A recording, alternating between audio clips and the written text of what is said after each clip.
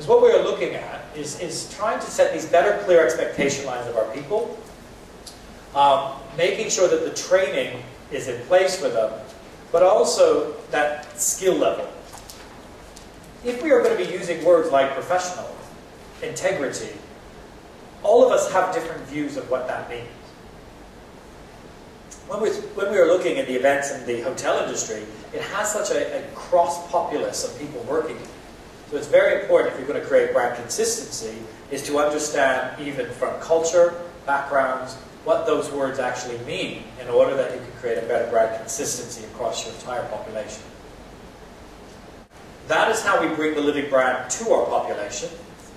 But then what we also want to look at is, what does a single living brand look like? And this is where we actually view more around the right brain function. Logic is given to you mostly at birth. We have aptitudes that sit over here, aptitude of language. And if anybody here speaks 1, 2, or more languages, one language is easy. That's what we're given at birth. 2 languages, a little more difficult. 3, even more so. However, I once knew a girl, she spoke 14 languages fluently. She was the Danish ambassador's daughter in New Delhi, and she spent time in India, she spent time in China, and she had 14 fluent languages, which I thought was phenomenal. I kept thinking, if I pulled the hair back, it would be pulsating over here. But language, the aptitude of language is math.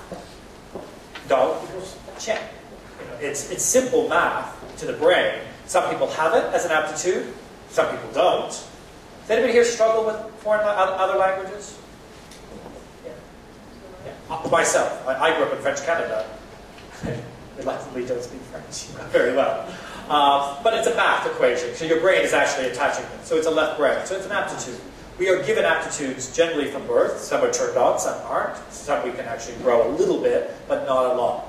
We have our right brain function over here, which is purely adaptive.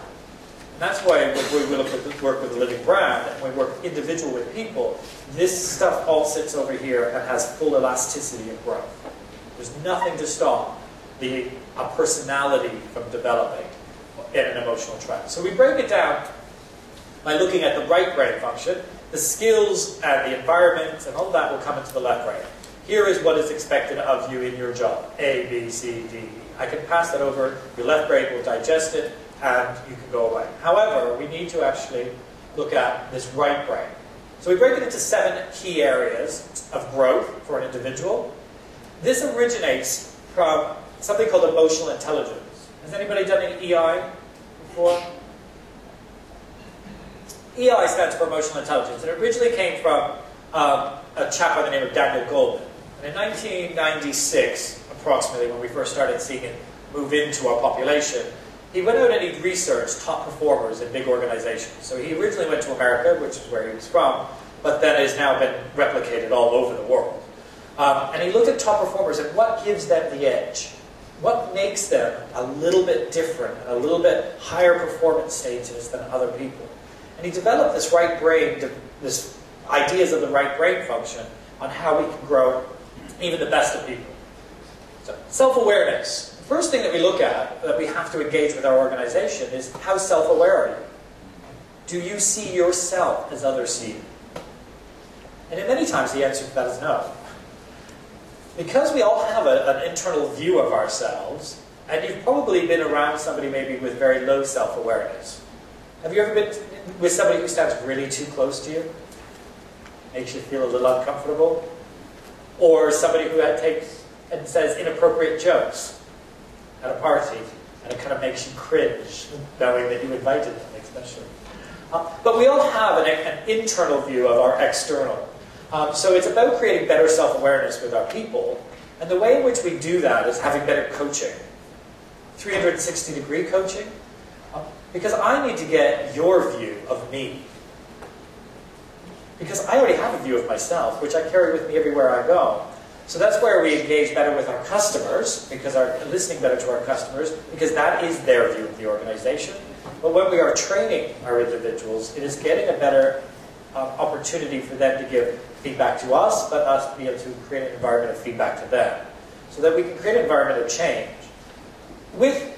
Again, with looking at yourself as others see you, it's not taking it as criticism, it's taking it as growth.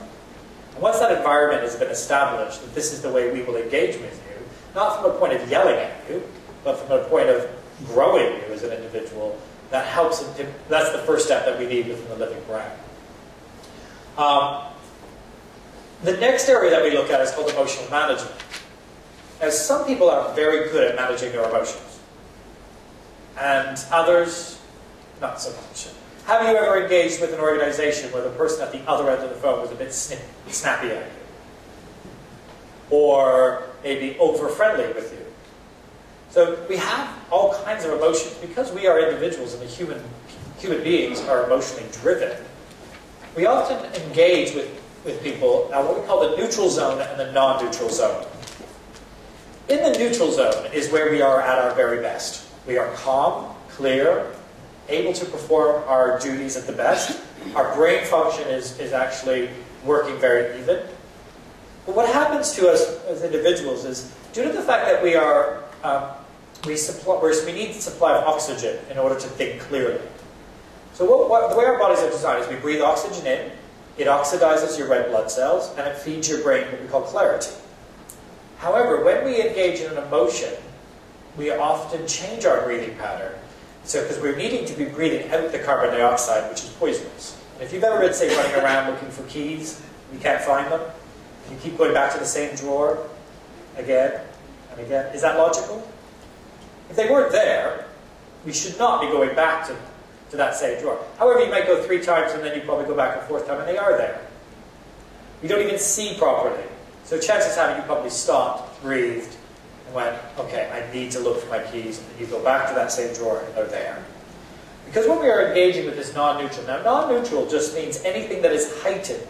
So over sadness. Sadness is good in neutral zone because it allows me to feel compassion for others, but too much sadness creates depression. Happiness is good because it's in a way in which we engage with others, but too much happiness is euphoria.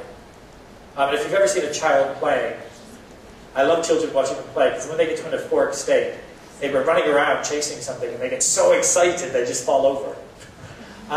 So it's about creating this, because when we are engaging with others, there's something in play between 2 individuals at all times. If I want to wind you up because I'm wound up, I will probably send you an invitation of emotion, which will then engage with you as an individual in order to try to change your emotional state. But great emotional intelligent people actually are able to maintain that. They see the invitation coming, they're very conscious, and then they hold their stance, because at some point one will have to join the other. If you're engaging with somebody in an emotional state, and you stay neutral, they will come to you. But it's an invitation at all times, whenever somebody comes to you. Does anybody give the silent treatment to their loved ones? Or have been given silent treatment by your loved ones? That old, don't talk to me if you don't know by now, you never will. Has anybody ever been, show of hands to see if they're working. Somebody done that to you?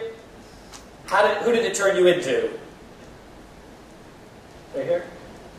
How did it make you feel if somebody gave you silent treatment?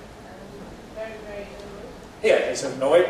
Yeah, so generally you'll get one of 2 acts. So I've done it by sending you an invitation to your quite happy state, normal state, and then you start to get either annoyed or might play the same game and just also not speak to me.